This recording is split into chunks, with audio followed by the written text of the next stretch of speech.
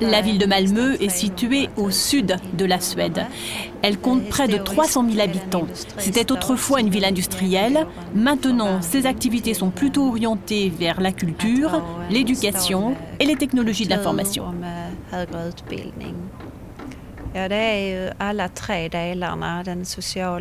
Nous souhaitons prendre en compte les trois dimensions du développement durable, le social, l'écologie et l'économie.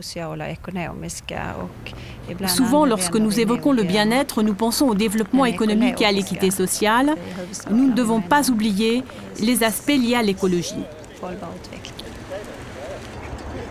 Au nord-ouest de la ville, la municipalité a érigé le quartier Bou 01 en lieu et place de l'ancienne zone portuaire et industrielle. Pour les promoteurs, il s'agit d'une ville au service de l'homme et de l'environnement. Ce nouveau quartier, qui comporte quelques 700 logements, est conçu de la façon la plus durable possible, principalement d'un point de vue écologique.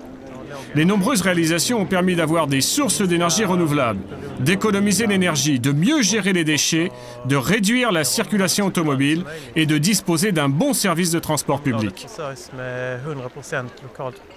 Les besoins en énergie du quartier sont totalement couverts par des sources d'origine renouvelable, solaire, éolien, hydraulique.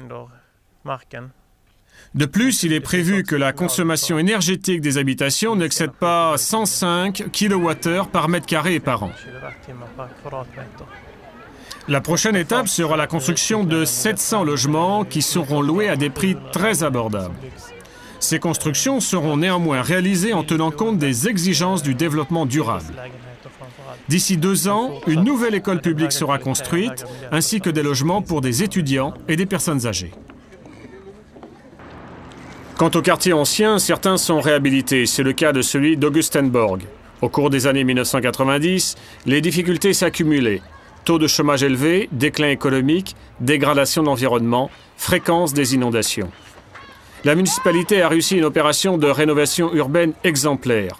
Elle a créé un parc et construit un réseau de drainage. 9000 m² de toiture végétalisée contribuent à l'absorption des eaux de pluie, à l'isolation des bâtiments et à l'augmentation de la biodiversité.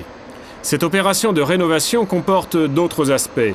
Réhabilitation de 1800 logements, aménagement d'aires de jeu pour les enfants, organisation de formation, création d'activités économiques. Les habitants ont été étroitement associés à cette opération.